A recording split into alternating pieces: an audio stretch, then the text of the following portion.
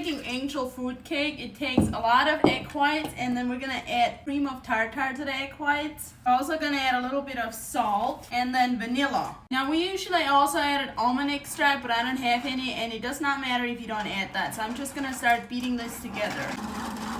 If you're not Amish, please just use an electric beater. This is harder than it looks. Well, I beat this till it's stiff. Now I'm going to take raw sugar and I'm gonna beat in a couple tablespoons at a time. I have all that sugar beat in so it's nice and stiff and glossy, so I'm gonna set it aside and sift together some flour and sugar. I'm using raw sugar again. You can use white sugar too. And we're gonna use cake flour. The recipe is always set for just plain flour, but I have never done it without cake flour, so I don't know how it's gonna turn out if you don't use cake flour. This is homemade cake flour, and I can make a video showing you guys how to make that. Once you have the sugar and flour all sifted together, get yourself a spatula, and we're gonna fold this in here a little bit at a time. And just in case y'all don't know how to fold, this is how it's done. We don't want to stir the air out of it. I have that all folded in, and now you can bake this just like this and have a white angel food cake, but I like to make it a little fun and take half a cup of Jello of whatever flavor you want. I'm using cherry today,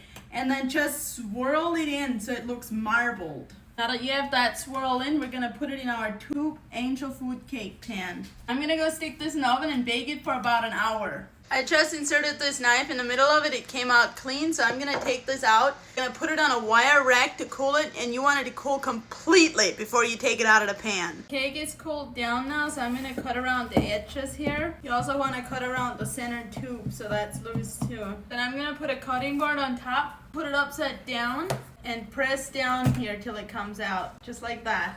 Then hold it upright again, cut it loose from the plate at the bottom. Put your cutting board on top again and go upside down, and you have an angel food cake just like that. It's beautiful, so I'm gonna cut a slice out. This is what it looks like. It's turned out perfect. It's nice and fluffy. Let's taste it.